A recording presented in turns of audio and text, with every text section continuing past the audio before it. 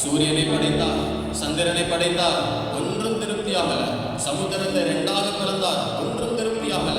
புல் பூண்டுகளை, அழகான இயற்கை செடிகளை படைத்தார், ஒன்றும் திருப்தியாகல. விலங்குகளை உண்டாக்கினார், அப்பவும் ஆண்டவருக்கு திருப்தி இல்லை. கடைசியா ஒன்றை மாத்திரம் செய்தார். அவருடைய சாயலாக நம்மை உண்டாக்கினார். அவருடைய சாயலாக நம்மை உண்டாக்கின போதுதான் அவர் திருப்தி அடைந்து ஓய்ந்திருந்தார். அவர் திருப்தி அடைந்து ஓய்ந்திருந்தார். அப்படிப்பட்ட ஒரு நல்ல ஆண்டவரே, மனுஷரின் மத்தியில் வாசம் செய்பவரே, எங்கள் நடுவிலே வசித்திட விரும்பிடும் தெய்வமே, இதோ மனுஷரின் மத்தியில் வாசம் செய்பவரே.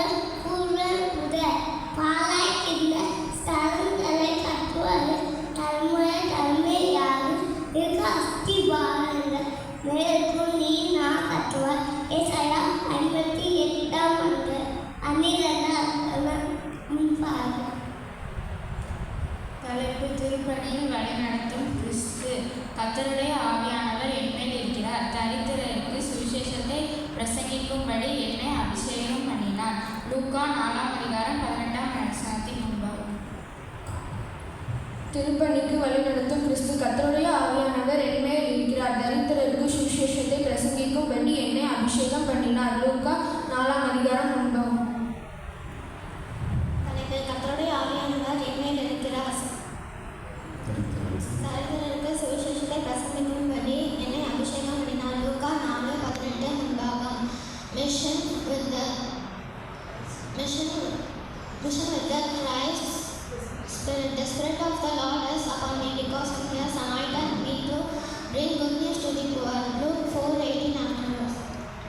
உள்ளாக மகிழ்வோம்.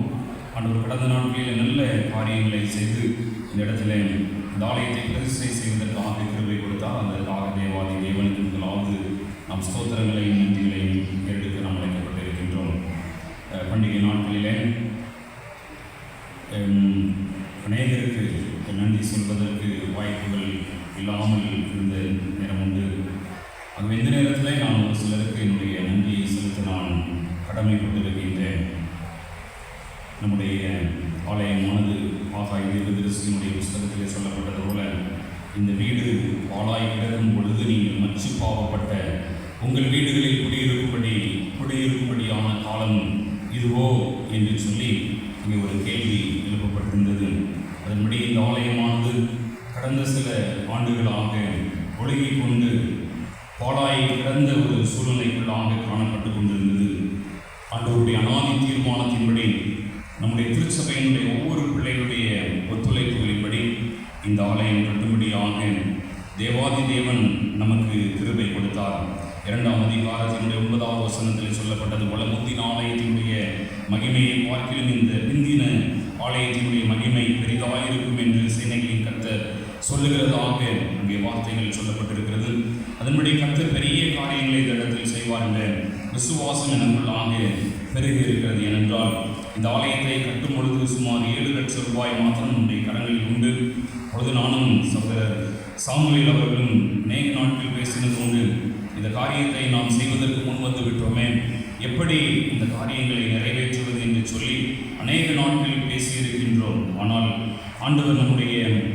ஆண்டவர் அவர் வாக்கு மாறாதவர். ஏனென்றால் கடந்த ஆண்டிலே பிரதிஷ்டை பண்டிகை கொண்டாடும் பொழுது இரவு கன்வென்ஷன் ஆராதனை நடந்து கொண்டிருக்கின்ற பொழுது மிக அதிகமான ஒரு மழை பெய்ய ஆரம்பித்தது. நாம் ஓடோடி மலைக்கு ஒதுங்குவதற்காக ஆலயத்திற்குள்ளாக கடந்து வந்தோம். அந்த பந்தல் அமைப்பில் இருந்து இந்த இடத்திற்கு கடந்து வந்தோம்.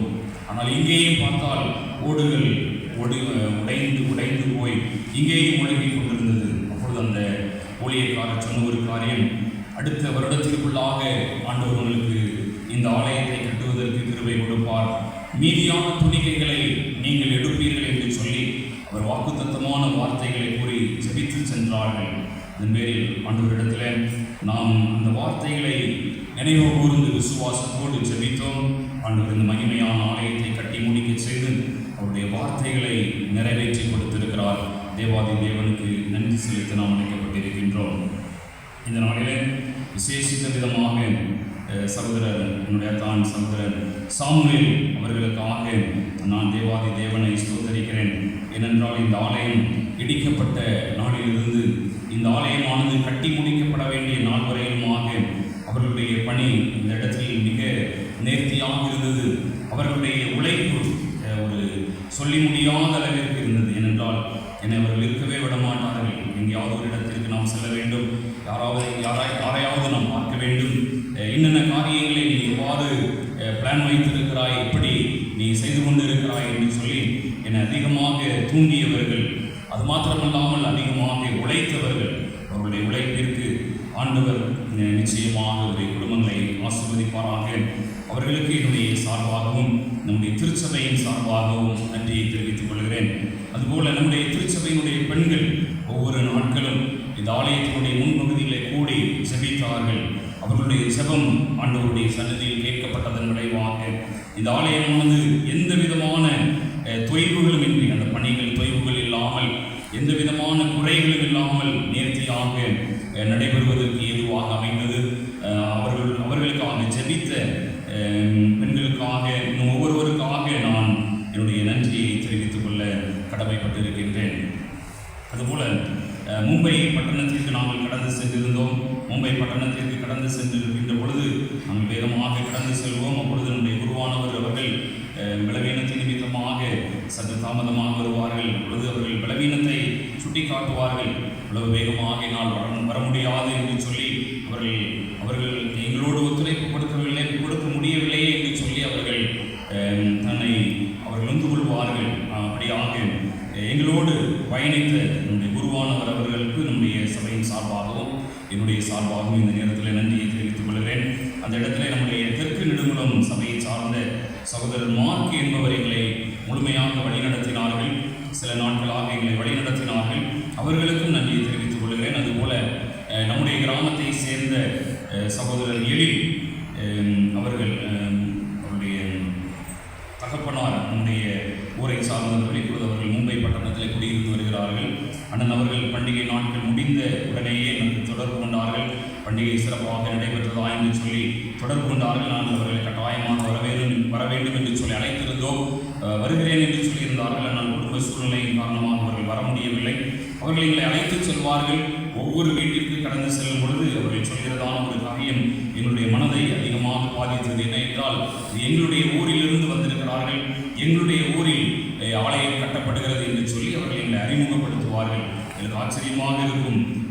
முன்பின் தெரியாதவர்கள் இந்த இடத்திலே நாங்கள், எங்களுக்கு அவர்களை தெரியும், அவர்களுக்கு எங்களை தெரியுமா என்பது எங்களுக்கு தெரியாது. ஆனாலும் அவர்கள் எங்களுடைய ஊர், எங்களுடைய கிராமம், எங்களுடைய கிராமத்திலே ஆலயத்தை கட்டுகிறார்கள் என்று சொல்லி அவர்கள் அதிகமாக உற்சாகப்படுத்தி அந்த இடத்திலே எங்களை வழிநடத்தினார்கள். அவர்களுக்கு என்னுடைய சார்பிலே, சபையின் சார்பாக இந்த நேரத்தில் நான் நன்றி தெரிவிக்க அழைக்கப்பட்டிருக்கின்றேன். அதுபோல் சென்னை பட்டணத்திற்கு கடந்து செல்லும் பொழுது சகோதரர் ராஜமணி அவருடைய உதவி எங்களுக்கு பெருந்துணையாக இருந்தது. ஏனென்றால் வாகனத்தை இயக்கினது முழுமையாக அவருடைய பணியாக இருந்தது. சுமார் ஒரு நாளில் நாங்கள் கிட்டத்தட்ட 250 கிலோமீட்டருக்கு அதிகமாக பிரயாணம் செய்தோம். அந்த சென்னை பட்டணத்தில் உள்ளவர்கள் எங்களிடத்தில் ஆச்சரியப்படுவார்கள். ஏனென்றால் அந்த சென்னை பட்டணத்தில் நாங்கள் ஒரு புறமாக நிற்போம். சற்று நேரத்தில் உங்களுடைய வீட்டிற்கு நாங்கள் வருவோம் என்று சொல்வோம். ஆனால் வேறு இடத்திற்கு நாங்கள் கடந்து செல்வோம். அப்பொழுது அவர்கள் தொடர்பு கொள்வார்கள், நீங்கள் ஏன் வரவில்லை என்று சொல்லி. அப்பொழுது நாங்கள் சொல்வோம், இந்த இடத்தில் நின்று கொண்டு இருக்கிறோம் என்று சொல்லி. அப்பொழுது அவர்கள் கேட்பார்கள், இந்த இடத்தில் நின்றீர்களே, எப்படி அந்த இடத்திற்கு இவ்வளவு விரைவாக நீங்கள் கடந்து சென்றீர்கள் என்று சொல்லி கேட்கக்கூடிய அளவிற்கு எந்த விதமான பலவீனமும் இல்லாமல், எந்த விதமான இடர்பாடுகள் இல்லாமல் அருமையான மகன் ராஜமணி அவர்கள் எங்களை வழிநடத்தி சென்றார்கள். அந்த மும்பை சென்னை பட்டணத்தில் 2 நாட்கள் எங்களோடு, சுமார் 4 நாட்கள் தூங்காமல், 1 மணி நேரம் மாத்திரம் அவங்களோடு தூங்குவான். மற்ற நேரத்தில் வாகனங்களை இயக்கக்கூடிய ஒரு பணியை செய்தான். அது மாத்திரமல்லாமல் அவருடைய உறவினர்கள் அநேகரிடத்தில் எங்களை அழைத்து சென்று எங்களை உற்சாகப்படுத்தி வழிநடத்தின மகனுக்கு அருமையான இந்த நேரத்தில் என்னுடைய சார்பாகவும் சபையின் சார்பாகவும் நன்றி தெரிவித்துக் கொள்கிறேன். அதுபோல் இந்த ஆலயம் கட்டப்பட்டிருக்கிறது என்றால் நம்முடைய பலத்தினாலும் அல்ல, நம்முடைய பராக்கிரமத்தினாலும் அல்ல, கர்த்தர் கிருபையாக கொடுத்திருக்கிற ஈவு என்றுதான் நான் சொல்ல முடியும். ஏனென்றால் அநேகருடைய ஒத்துழைப்பு, அநேகர் என்பதை விட எல்லாருடைய ஒத்துழைப்பு அதிகமாக இருந்தது. எல்லா திருச்சபையின் பிள்ளைகளும் குடும்பமாக இணைந்து இந்த ஆலயத்தை கட்டும்படியாக, ஆலயத்தை கட்டுங்கள், அதன் பேரில் நான் பிரியமாயிருக்கிறேன், அதனால் என் மகிமை விளங்கும் என்று சொன்ன அந்த வார்த்தையின்படி இந்த இடத்துல எல்லாரும் ஒன்றிணைந்து கரங்களை இணைத்து இந்த ஆலயத்தை கட்டும்படியாக எல்லா குடும்பத்தாரும், ஒரு குடும்பத்தாரை மாத்திரம் சுட்டி காட்ட முடியாதபடி எல்லாரும் தங்களால் இயன்ற காணிக்கைகளை பிரித்து கொடுத்து இந்த ஆலயமானது கட்டும்படியாக உதவி செய்தீர்கள். அதற்காக எல்லா குடும்பத்தாருக்கும் என்னுடைய சார்பாக நன்றி தெரிவித்துக் கொள்கிறேன். இதுபோல் ஆலயத்தை கட்டி முடித்த பிற்பாடு ஆலயத்தினுடைய பணிமூண்டுகள் எல்லாவற்றையும் எப்படி சேகரிப்பது என்று சொல்லி நினைத்து கொண்டிருக்கின்ற சமயத்தில் ஆல்டர் டேபிள் சகோதரர் ஞானதுரை அவருடைய குடும்பத்தின் சார்பாக பொறுப்பெடுக்கப்பட்டது. அதுபோல் இங்கே உள்ளே போடப்பட்டிருக்கிறதான ஃபேன் சகோதரர் செல்வன் பான்ஸ் அவர்களுடைய மகன் செல்வன் அவருடைய சார்பாக, அவருடைய குடும்பங்களின் சார்பாகவும், இதுபோல் ஆல்டரில் எழுதப்பட்டிருக்கிறதான இந்த வசனம் அதுவும் அவர்கள் குடும்பமாக பொறுப்பெடுத்துக் கொண்டார்கள். இப்படியாக ஒவ்வொருவரும் நல்ல மேலான காரியங்களை பொறுப்பெடுத்துக் கொண்டார்கள். அவர்களுக்கு என்னுடைய சார்பாக, திருச்சபையின் சார்பாக நன்றியை தெரிவித்துக் கொள்கிறேன். அது எல்லாவற்றுக்கும் மேலாக நம்முடைய ஆலயத்தினுடைய தரைத்தளம் போடுவதற்காக முழுவதுமாக பொறுப்பெடுத்துக் கொண்ட நம்முடைய சேகரத்திலே முன்னாள் திருமண்டல பெருமன்ற உறுப்பினராக இருந்து, செயலராக இருந்து மித்ரா டாக்டர் என்று இன்றைய தின பிள்ளைகளுக்கு தெரியாது, ஆனால் பெரியவர்களுக்கு நன்றாக தெரியும். அவர்கள் நம்முடைய சேகர பணியிலே முழுமையாக தன்னை ஈடுபடுத்திக் கொண்டவர்கள். அவர்கள் அவருடைய குடும்பத்தாரை மாமா அவர்கள் அழைத்து சென்றார்கள். அவர்களிடத்திலே நாங்கள் போய் கேட்கின்ற பொழுது தரைதளத்தை நாங்கள் போட்டு தருகிறோம் என்று சொன்னார்கள். பொழுது எவ்வளவு வரும் என்று சொல்லி கேட்கின்ற பொழுது 1.25 லட்சம் வரும் என்று சொன்னோம். 1.25 லட்சம் தருவதாக வாக்கு கொடுத்தார்கள். நாங்கள் அந்த பணத்தை வாங்க செல்லும் பொழுது நானும் சாமியார் கடந்து செல்லும் பொழுது சற்று கூடுதலாக வருகிறதை அவர்கள் உணர்ந்து கொண்டு 1.5 லட்சம் ரூபாய் தந்தார்கள். மீண்டுமா இந்த கல் போடப்பட்ட பிற்பாடு திரு டேவிட் மணி மாமா அவர்களோடு தொடர்பு கொள்ளும் பொழுது சற்று கூடுதலாக வந்து விட்டார்கள் என்று சொல்லிக் கொண்டிருக்கிறார்கள் என்று சொல்லுகின்ற பொழுது அவர்களுடைய பிள்ளைகள், அந்த தங்கராஜன் அவருடைய பிள்ளைகளிடத்திலே அவர்கள் தெரிவித்திருக்கிறார்கள், அங்கே நாம் ஆலயத்திற்கு 1.5 லட்சம் கொடுத்திருந்தோம், ஆனால் கூடுதலாக வருகிறது என்று சொல்லுகிறார்கள் என்று சொல்லுகின்ற உடனேயே அவருடைய குமாரர்கள் 2 பேரும் சொன்ன ஒரு காரியம், நீங்கள் அரைகுறையாக அதற்கு பொறுப்படுத்தி விடக்கூடாது, அதற்கு முழுமையாக 1 ரூபாய் கூட நீங்கள் குறைத்து கொடுத்து விடக்கூடாது, முழுமையாக நீங்கள் கொடுத்து விட வேண்டும் என்று சொல்லி அவர்கள் அவருடைய தகப்பனாரை உற்சாகப்படுத்தி மீண்டுமாய் 75,000 ரூபாய், சுமார் 2.25 லட்சம் ரூபாய் இந்த தரைத்தளத்தினுடைய கல் எடுப்பதற்காக அவர் முழுமையாக கொடுத்தார்கள். அவர்களுக்காக, அவர்களுடைய குடும்பங்களுக்காக பிரத்யேகமாக நான் நன்றியை தெரிவித்துக் கொள்கிறேன். இப்படியாக உழைத்த, கொடுத்த, ஜெபித்த ஒவ்வொருவருக்கும் என்னுடைய நன்றியை தெரிவித்துக் கொள்கிறேன். அதுபோல பண்டிகை நாட்களிலே உறுதுணையாக இருந்த எல்லா வாலிபர்கள், எல்லா பெரியோர்கள் எல்லாருக்கும் நான் நன்றியை தெரிவித்துக் கொள்கிறேன். நம்முடைய ஆலயத்தில் இந்த ஒளிபொலி அமைப்பை மிக நேர்த்தியாக ஏற்படுத்தி கொடுத்த அன்பு அண்ணன் சாமுவேல் அவர்களுக்காக என்னுடைய சார்பாக நன்றியை தெரிவித்துக் கொள்கிறேன். தொடர்ந்து தேவன் தாமே நம் ஒவ்வொருவரையும் இந்த இடத்துல குடும்பமாக தேவாதி தேவனை ஆராதிக்கும்படியாக தேவன் கிருபை செய்வாராக. தொடர்ந்து இந்த ஆலயத்திலே நாம் ஆண்டவரை மகிமைப்படுத்த வேண்டும். ஏனென்றால் ஆண்டவருடைய அநாதி தீர்மானத்தின்படி இந்த ஆலயம் கட்டி முடிக்கப்பட்டிருக்கிறது. ஆண்டவர் ஏதோ ஒரு திட்டத்தை நிறைவேற்றுவதற்காக இந்த ஆலயத்தை தெரிந்தெடுத்திருக்கிறார். இந்த ஆலயத்திலிருந்து பெரிய காரியங்களை தேவன் செய்வார் என்ற விசுவாச உணர்வு எனக்குள்ளாக இருக்கிறது. நாம் நினைத்து கூட பார்க்க முடியாதபடி மகிமையாக இந்த ஆலயத்தை கட்டினால் எந்தவித தடைகளும், எந்தவித குறைகளும், எந்தவித குறைபாடுகளும் இல்லாதபடி கட்டி முடிப்பதற்கு தேவன் கிருபை கொடுத்திருக்கிறார். அதை பார்க்கின்ற பொழுது நிச்சயமாக நாம் ஆராதித்துக் கொண்டிருக்கின்ற நம்முடைய தேவாதி தேவன் ஏதோ ஒரு காரியத்திற்காக முன் குறித்திருக்கிறார் என்ற உணர்வு எனக்குள்ளாக பெருகியிருக்கிறது. அதை நாம் உணர்ந்தவர்களாக எப்பொழுதும் தேவ சமூகத்தில் செபிக்கின்றவர்களாக இந்த இடத்தை, ஆலயத்தை நாம் பயன்படுத்திக் கொள்கிறவர்களாக காணப்படுவோம். கர்த்தர் இந்த ஆலயத்தின் மூலமாக பெரிய காரியங்களை செய்வாராக. அதுபோல ஒரே ஒரு வேண்டுகோள், ஆலயமானது அருமையாய் கட்டப்பட்டிருக்கிறது, அருமையாக அலங்கரிக்கப்பட்டிருக்கிறது. ஆலயத்தை நாம் சுத்தமாக வைத்துக் கொள்ள வேண்டும். சுத்தமாக வைத்துக் கொள்வதற்கு நாம் எந்த விதமான பிரதிபலன்களும், எந்த விதமான எதிர்பார்ப்புகளும் இல்லாதபடி நாம் முழுமையாக நாம் இந்த இடத்திலே இந்த ஆலயத்தை சுத்திகரிப்பதற்கு நாம் நம்மை ஈடுபடுத்துவோம். கர்த்தர் நம்முடைய குடும்பத்தையும் ஆசீர்வதிப்பாராக. தொடர்ந்து நம்முடைய ஆலயத்தினுடைய காரியங்களை எல்லாம் நீங்கள் பொறுப்படுத்திக் கொள்ளும்படியாகவும் உங்களை அன்பாய் கேட்டுக்கொள்கிறேன். அதுபோல நம்முடைய ஆலயமானது கட்டப்படுவதற்காக நாங்கள் சகோதரர் கேப்ரியல் ராஜன் அவர்களிடத்திலே நாங்கள் கடந்து சென்றிருந்தோம். கடந்து செல்கின்ற பொழுது அந்த அவருடைய துணைவியார் கேப்ரியல் ராஜன் அவர்கள் மறைந்து விட்டார்கள்.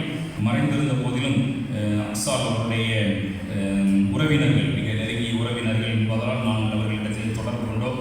அவருடைய தகப்பனார், அக்சாலுடைய தகப்பனார் எங்களோடு கடந்து வந்தார்கள். கடந்து வந்து அவர்களிடத்தில் கேட்கின்ற பொழுது அவர்கள் சொன்ன ஒரு காரியம், மாமா நீங்கள் என்ன வேண்டுமானாலும், எப்பொழுது வேண்டுமானாலும் நீங்கள் ஃபோனில் தொடர்பு கொள்ளலாம், உங்களுக்கு தேவையான எல்லா காரியங்களையும் நான் உடனடியாக அனுப்பி வைப்பேன் என்று சொன்னார்கள். அதுபோல எம்சன், பீசன் மற்றும் அந்த சர்லி வகைகள் நாம் எப்பொழுதெல்லாம் கேட்கின்றோமோ அப்பொழுதெல்லாம் அவர்கள் அனுப்பி வைத்து நம்முடைய கட்டுமான பணிகளுக்கு மிக உறுதுணையாக இருந்தார்கள். அவர்களுக்கு நம்முடைய சபையின் சார்பாக நன்றியை தெரிவித்துக் கொள்கிறேன். அதுபோல நம்முடைய குருவானவருடைய சகோதரர் அவர்களிடத்திலும் நாம் தொடர்பு கொண்டோம். சில நேரங்களில் அவர்களிடத்திலும் கேட்கின்ற பொழுது அவர்களும் 2 லோடு ஜல்லியும் 4 லோடு எம்செண்டும் கொடுத்தார்கள். கொடுத்த அன்பு கரத்தை தேவன்தாமே ஆசீர்வதிக்கும்படியாக நீங்கள் ஜெபித்துக் கொள்ளும்படியாக அன்பாய் கேட்டுக்கொள்கிறேன். கொடுத்த அநேக குடும்பங்கள் உண்டு, அநேக உழைத்த குடும்பங்கள் உண்டு. எல்லாருக்காக நீங்கள் ஜெபித்துக் கொள்ளும்படியாக உங்களை அன்பாய் கேட்டுக்கொள்கிறேன். அதுபோல யாராவது ஒருவருக்கு நான் நன்றி சொல்ல விடுபட்டிருக்குமே ஆனால் நீங்கள் உங்கள் யாவருக்கும் என்னுடைய நன்றியையும் ஆண்டவர் தாமே மேலான ஆசீர்வாதங்களினால் உங்களை நிரப்புவாராக என்று சொல்லி உங்களை வாழ்த்துகிறேன். தொடர்ந்து நீங்கள் ஜெபித்துக் கொள்ளுங்கள். கட்டாயமாக ஒரு சில குறைபாடுகள் இருக்கக்கூடும். பண்டிகை நாட்களிலே குறைபாடுகள் இருந்திருக்கும், குறைகள் இருந்திருக்கும், குறைபாடுகள் இருந்திருக்கும். நீங்கள் அதை பொருட்படுத்திக் கொள்ளாதபடி நீங்கள் எல்லாவற்றையும் கிறிஸ்துவுக்குள்ளாக ஏற்றுக்கொண்டு கிறிஸ்துவுக்குள்ளாக மகிழ்ந்து கடைகூறும்படியாக அன்பாய் கேட்டுக்கொள்கிறேன். இப்பொழுது கர்த்தருடைய வார்த்தை நம்ம மத்தியிலே பகிர்ந்து கொள்ளப்படும். திருமதி அன்பு ஸ்டாலின் அவர்கள் கர்த்தருடைய வார்த்தையை நம்மோடு பகிர்ந்து கொள்வார்கள். அன்பின் பரலோக தகப்பனே, தர்மையான ஓய்வு நாளில் உடைய சமூகத்திலே ஆண்டவரே, நாங்கள் திருச்சபையின் பிள்ளைகளாக ஆண்டவரே இந்த புதிய ஆலயத்திலே உடைய சமூகத்திலே வந்து நிற்கிறோம் அப்பா. எங்களை ஒரு விசேஷம் நோக்கி பாருங்க ராஜா. இந்த இடத்திலே ஆண்டவரே நாங்கள் ஆண்டவரே பாடல் பாடி துதி ஆராதனை செய்தும் தகப்பனே இந்த நேரத்தில் உடைய வார்த்தைகளை கேட்க இருக்கிறோம் அப்பா. நீங்கள் எங்களோடு பேசுங்க ராஜா. நீங்கள் கற்றுக் கொடுக்கக்கூடிய காரியங்கள் ஆண்டவரை எங்களுடைய வாழ்க்கைக்கு பிரயோஜனமாக இருக்கவும் ஆண்டவரை அதன்படி நாங்கள் செயல்படவும் நடக்கவும் நீங்கள் எங்களோடு பேசுங்க ராஜா.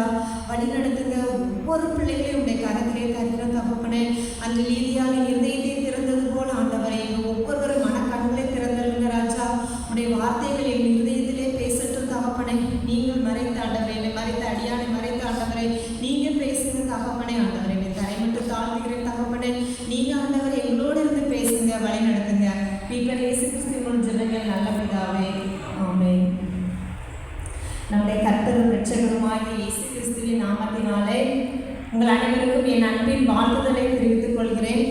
இந்த புதிய ஆலயத்திலையும் இந்த செய்தியை கொடுப்பதற்கு ஆண்டவர் எனக்கு அருள் செய்த மேலான நன்மைகளுக்காக அவருக்கு கோடான கோடிகளை செலுத்துகிறேன். இந்த இடத்திலும் தேவன் தாமே நம்மளோடு பேசுவாராக. நம்ம எல்லாம் ரொம்ப அறிவிப்பு கேட்டு ரொம்ப டயர்டாயிட்டோம்னு நினைக்கிறேன். எல்லாரும் ஒரு அல்லேலூயா சொல்லலாமா? அல்லேலூயா.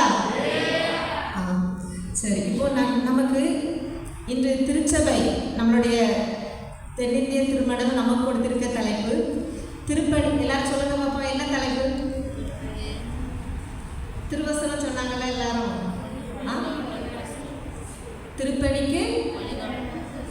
திருப்பணிக்கு வழி நடத்தும் கிறிஸ்து. இதுதான் இன்னைக்கு நமக்கு கொடுக்கப்பட்டிருக்கிற தலைப்பு. அதுக்கு ஆதாரமாக லூக்கா எழுதின சுவிசேஷம் 4ஆம் அதிகாரம் 18ஆம் வசனம் கொடுக்கப்பட்டிருக்கிறது. கர்த்தருடைய ஆவியானவர் என்மேல் இருக்கிறார், தரித்திரருக்கு சுவிசேஷத்தை பிரசங்கிக்கும்படி என்னை அபிஷேகம் பண்ணுகிறார். இந்த வார்த்தை மூலமாக தேவன் தாமே நம்மோடு பேசுவாராக. கர்த்தருடைய ஆவியானவர் என்மேல் இருக்கிறார். இந்த சம்பவம் ஆண்டவர் ஓய்வு நாளிலே தேவாலயத்தில் பிரசங்கம் பண்ணும்போது அவர் இந்த வார்த்தைகளை வாசிக்கிறார். கர்த்தருடைய ஆவியானவர் என்மேல் இருக்கிறார், தரித்திரருக்கு சுவிசேஷத்தை பிரசங்கிக்கும்படி என்னை அபிஷேகம் பண்ணினார். இதில் பார்த்தீங்கன்னா ஆண்டவர் சொல்றாரு, இயேசுவானவர் இந்த வார்த்தைகளை சொல்கிறார். கர்த்தருடைய ஆவியானவர் என்மேல் இருக்கிறார், தரித்திரருக்கு சுவிசேஷத்தை பிரசங்கிக்கும்படி என்னை அபிஷேகம் பண்ணுகிறார். அதில் பார்த்தீங்கன்னா அடுத்ததாக வருது. இப்போ நம்ம தரித்திரர் அப்படின்னா நம்மளுடைய எண்ணங்கள்ல வேற மாதிரி வரும். ஆண்டவர் சொல்றாங்க, இருதயம் நறுங்குண்டவர்களை குணமாக்கவும், சிறைப்பட்டவர்களுக்கு விடுதலையும், குருடருக்கு பார்வையும் பிரசித்தப்படுத்தவும், நொறுங்குண்டவர்களை விடுதலையாக்கவும், கர்த்தருடைய அனுக்கிரக வருஷத்தை பிரசித்தப்படுத்தவும் என்னை அனுப்பினார். இப்போ இந்த தேவ ஆலயத்தில் புதிய ஆலயத்தில் நம்ம வந்திருக்கிறோம். நமக்கு கொடுக்கப்பட்டிருந்த இந்த கட்டளையாக நம்ம இதை எடுத்துக்கிடணும். அதாவது ஒவ்வொருத்தங்களுக்கும் தரித்திரம்னா ஒவ்வொரு தேவைகள் இருக்கலாம். இப்போ பார்த்தீங்கன்னா நிக்கதோமுன்னு சொல்லி ஒரு மனிதர் இருந்தார். அவருக்கு உலகத்தில் எல்லா செல்வமும் இருந்தது. ஆனால் அவர் என்ன செஞ்சார்? நித்திய ஜீவன் என்ன செஞ்சார்? வாங்கிட்டார். அதே மாதிரி ஒவ்வொருவருக்கும் ஒவ்வொரு தேவைகள் இருக்கா. இப்போ கூடி வந்திருக்கிற நம்முடைய திருச்சபையாரில் ஒவ்வொருத்தங்களுக்கும் ஒவ்வொரு தேவைகள், ஒவ்வொரு நோக்கங்கள் உண்டு. ஒவ்வொரு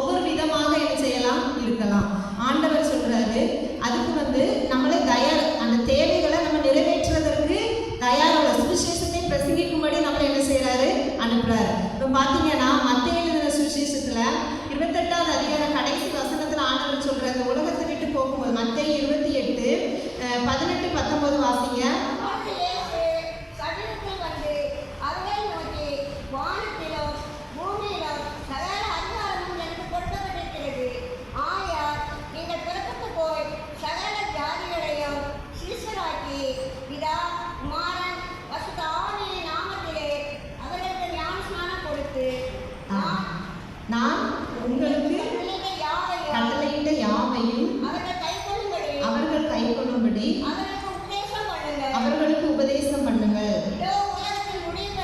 இதோ உலகத்தின் முடிவு பரியந்தம் சகல நாட்களிலும் நான் உங்களுடனே கூட இருக்கிறேன் என்றார். ஆமென். இப்போ என்ன கொடுக்கப்பட்டிருக்கிறது? இப்போ தேவாலயத்தில் வந்திருக்கிற நாம் ஆண்டவருடைய ரட்சிப்பை பெற்று அவர் நமக்கு அளித்த ஆசீர்வாதங்களை பெற்றுக்கொண்டனா இந்த உலகத்தில் இருக்க மக்களுக்கு நம்ம என்ன செய்யணுமா? அதை கற்றுக் கொடுக்கணும். அதை என்ன செய்யணும்? உபதேசிக்கணும். அதுக்கு ஆண்டவர் நமக்கு என்ன செய்கிறாரு? கட்டளை கொடுக்கிறார். இந்த கட்டளை பெற்ற நாம் நம்ம என்ன செய்யணும்? மற்றவங்களுக்கு அதை கொடுக்கறதுக்கு தயாராக இருக்கணும். அதுக்கு தான் திருப்பணிக்கு ஆயத்தப்படுத்த கிறிஸ்து நம்மளை என்ன செய்கிறாரு? இந்த புதிய ஆலயத்தில் நம்ம ஒவ்வொருவரும் அதை என்ன செய்யணும்? கற்றுக்கொள்வதற்கு ஆயத்தமாக இருக்கணும். பிறருக்கு அதை உபதேசிக்கிறதுக்கு நம்ம என்ன செய்யணும்? ஆயத்தமாக இருக்கணும். இப்போ இன்று நான் உங்களிடத்தில் நான் என்ன சொல்லலாம் அப்படின்னு யோசிக்கும் போது ஆண்டவர் எனக்கு ஒரு காரியத்தை கற்றுக் கொடுத்தார். அதாவது திருப்பணிக்கும் போது இப்போ நம்ம பழைய ஏற்பாடில் ஒரு சம்பவத்தை உங்களுக்கு சொல்லி நான் அதை சொல்லலாம்னு நினைக்கிறேன். என்னாகமத்தின் புஸ்தகத்தை எடுத்துக்கோங்க. என்னாகமும் 16வது அதிகாரம். என்னாகமும் 16வது அதிகாரத்தில் ஒரு காரியத்தை கடந்த நாட்களிலே நான் கற்றுக்கொண்டேன். அதை உங்களிடத்தில் பகிர்ந்து கொள்ளலாம் என்று நினைக்கிறேன். இப்போ இதில் இஸ்ரவேல் புத்திரர் மொத்தம் எத்தனை கோத்திரங்கள்?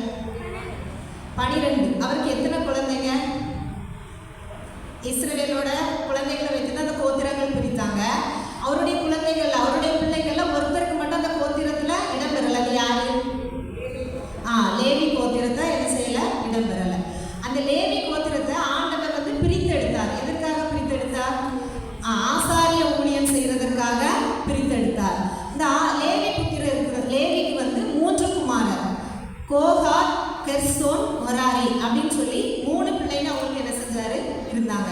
இந்த 3 பிள்ளைகளையும் ஆண்டவர் ஆசாரிய ஊழியம் செய்வதற்காக என்ன செய்தாரு? பிரித்தெடுத்தார்.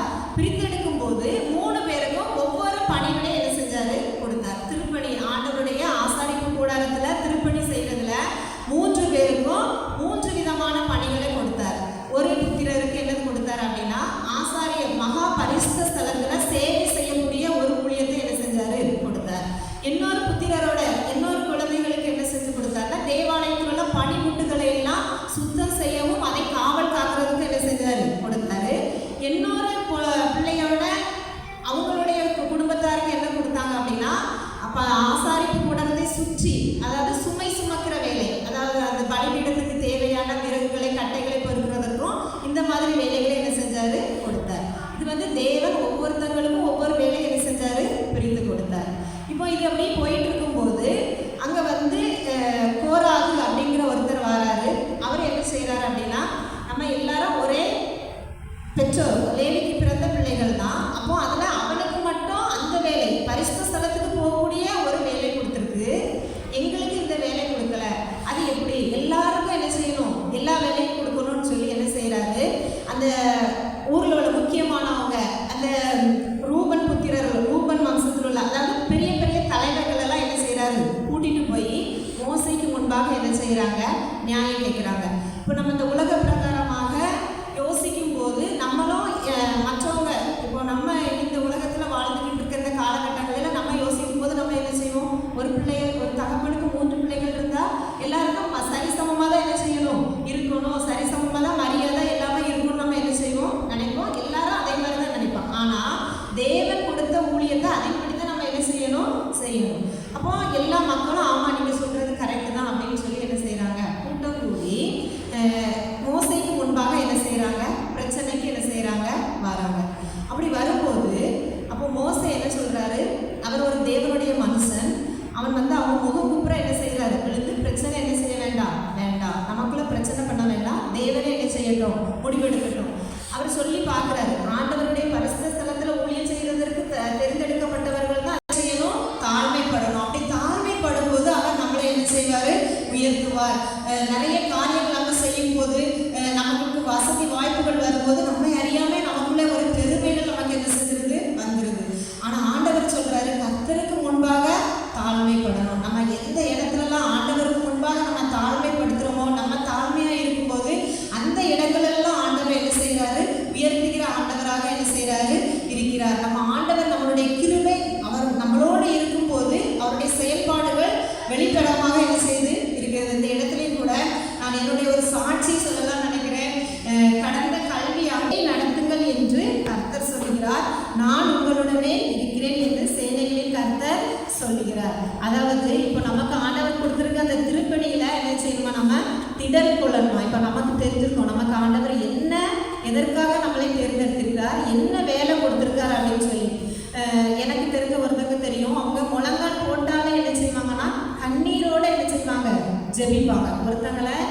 மற்றவர்களுக்கு பாரமா ஜெபிக்கணும்னு இந்த ஒரு ஜெப குறிப்பை கொடுத்தாலே அவங்க என்ன செய்வாங்க, கண்ணில் இருந்து அப்படி கண்ணீரா என்ன செய்யும் வரும். அந்த ஒரு கிருபையை ஆண்டவர் அவங்களுக்கு என்ன செஞ்சிருக்காரு, கொடுத்துருக்காரு நான் நினைச்சிருக்கேன். ஏன்னா நமக்குலாம் ஈஸியாக என்ன செய்யாது கண்ணீர் வர, நம்ம ரொம்ப மனக்குமுறில் இருக்கும்போது தான் கண்ணீர் வரும். ஆனால் அவங்க மற்றவர்களுடைய கஷ்டங்களை பாரத்தை அவங்க உள்ளத்துல என்ன செய்யறாங்க நினைச்சு அவங்களுக்காக ஜெபிக்கும் போது அவங்க கண்ணில் இருந்து கண்ணீரா வருது. அந்த கிருபையை கொடுத்துருக்காரு. அப்போ நமக்கு ஒவ்வொருவங்களுக்கும் ஒவ்வொரு கிருபை ஆண்டவர் ஒவ்வொரு வரப்பை என்ன செஞ்சிருக்காரு, தந்திருக்காரு. நம்ம என்ன செய்ய பயன்படுத்தணும், ஜெபிக்கலாம்.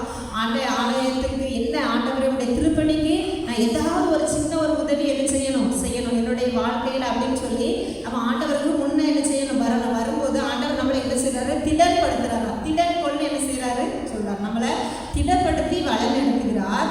வேலை நடத்துங்கள் என்று சொல்லுகிறார். நான் உங்களுடனே இருக்கிறேன் என்று சேனைகளின் கர்த்தர் சொல்கிறார். நம்ம ஆண்டவருக்குள்ள இருந்து செய்யும் போது நம்ம செய்கிற ஒவ்வொரு செயலிலும் நமக்கு என்ன செய்யறாரு, நான் உங்களுடனே இருக்கிறேன் என்று என்ன செய்யறாரு, வாக்குத்தத்தம் பண்ணிட்டார். அது மாதிரி 9ஆம் வசனத்தை வாசிங்க. முந்தின ஆலயத்தின் மகிமை பார்க்கிலும் இந்த பிந்தின ஆலயத்தின் மகிமை பெரிதா இருக்கும் என்று சேனைகளின் கர்த்தர் சொல்லுகிறார்.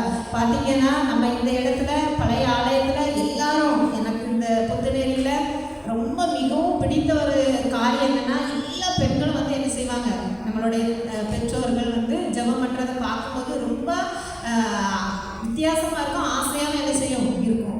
நம்மளுடைய பெற்றோர்கள் நம்மளுடைய தாய்மார்கள்லாம் எப்படி ஜெபம் பண்ணுறாங்க போட்டி நான் கவனிச்சுக்கிட்டே இருப்பேன். இப்போ அவங்க போயிட்டாங்க, இப்போ இந்த 1 மணி நேரம் அவங்களுக்கு, இந்த 1 மணி நேரம் எனக்குன்னு சொல்லி தேவாலயத்தில் வந்து எல்லாரும் கண்ணீரோடு என்ன செய்கிறாங்க, நம்மளுடைய தேவைகளுக்காக ஜெபிக்கிறத பார்த்துருக்கேன் முந்தின ஆலயத்தில். அதே மாதிரி இந்த விண்ணப்பங்களும் ஜெபங்களும் இந்த ஆலயத்தில் என்ன செய்யணும், ஏறெடுக்கப்படணும். ஏன்னா நமக்கு முன்னோர்கள் வந்து நமக்கு ஒரு மாதிரியை காட்டி தந்துருக்காங்க. நான் அதை யோசிப்பேன், எப்படி அவங்க ஜெபம் பண்ணுறாங்க, நம்மளும் அதே மாதிரி என்ன செய்யணும், ஜெபிக்கணும்.